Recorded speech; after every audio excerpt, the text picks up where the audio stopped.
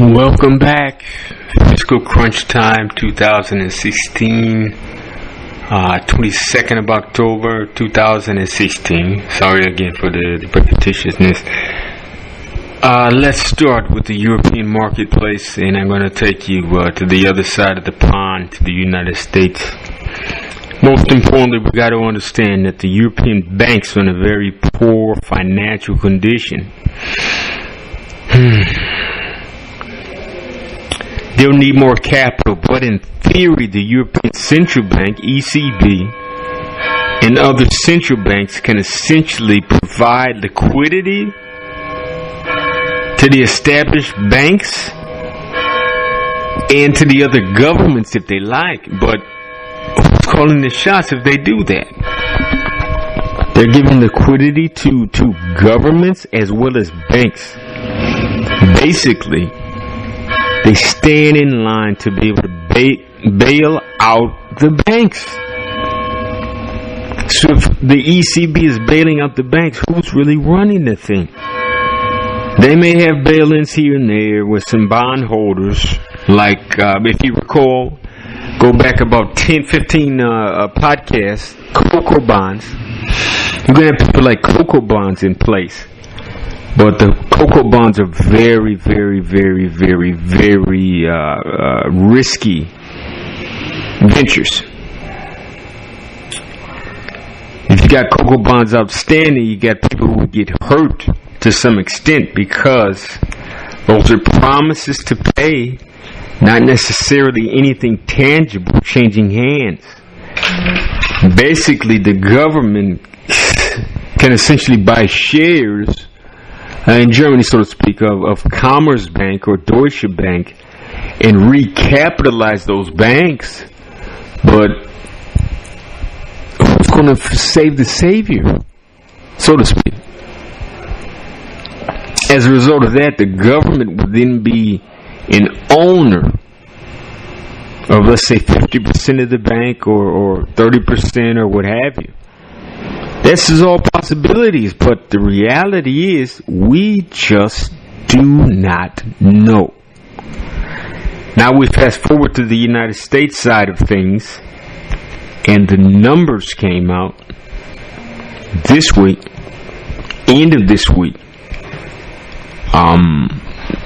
United States Department of Labor and Statistics, and as well as the conversations that have been taking place with Janet Yellen and the other Federal Reserve presidents of this different Federal Reserve homes and houses, Texas, New York. None of the people can really agree on anything. The most outstanding number in the chart I'm looking at makes me want to cry. And these are from the government's numbers.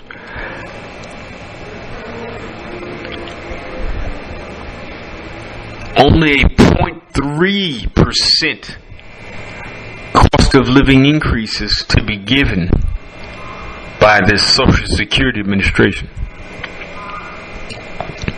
Now the government's numbers, their own, as usual. I'm leaving all of the links so that you can look at the charts on your own and you do your own due diligence here. The government's own numbers show a 1.5% increase in its normal costs. I'm sorry about that. But according to the Bureau of Labor Statistics, rent is up 3.4%, and medicine is up itself 4.8%. How are we to deal with an adjusted raise in the cost of living of less than a single percentage point when the reality, your rent, your medicine, is moving faster than they're allotting to the retirees who worked their hearts and soul out and are now reliant on government to pay the tab for them to be able to live, breathe, have their being, and or do have and be anything else. Once again, thank you for your time. Please take a look at these charts and you make the decision on what's going to happen next. As we're facing a debate structure The final is in and out of the way. Thank God it's over. Watching them go back and forth with each other like we're watching a wrestling match. Something that I didn't enjoy. The one thing that stands out to me is that Donald Trump is not fit to lead. Temper tantrums and everything on the podium, getting angry at the moderators because there are rules. This is a society we're living in, and to sit back and false. This is so juvenile and elementary in its whole concept. In the integration, this is not a politician. And in the words of Vladimir Putin 2 days ago, he said point blank, link will be attached, that all of this commercialization of things and the politicalness of the thing is only serving as a distraction to the American people. That being said, ladies and gentlemen, we're left to pick the lesser of two evils here. This is very discomforting to me, having traveled the world and seen all of these things firsthand. They're setting us up for a fall. Please feel free as well not just to follow the charts that I'm leaving on the tail end of the message here and on the front page of the YouTube. But look at the charts, take notes on the charts, as well as go back in the podcast. Some of the things I'm saying I have shared with you before. If you haven't been reading, I apologize from the depths of my heart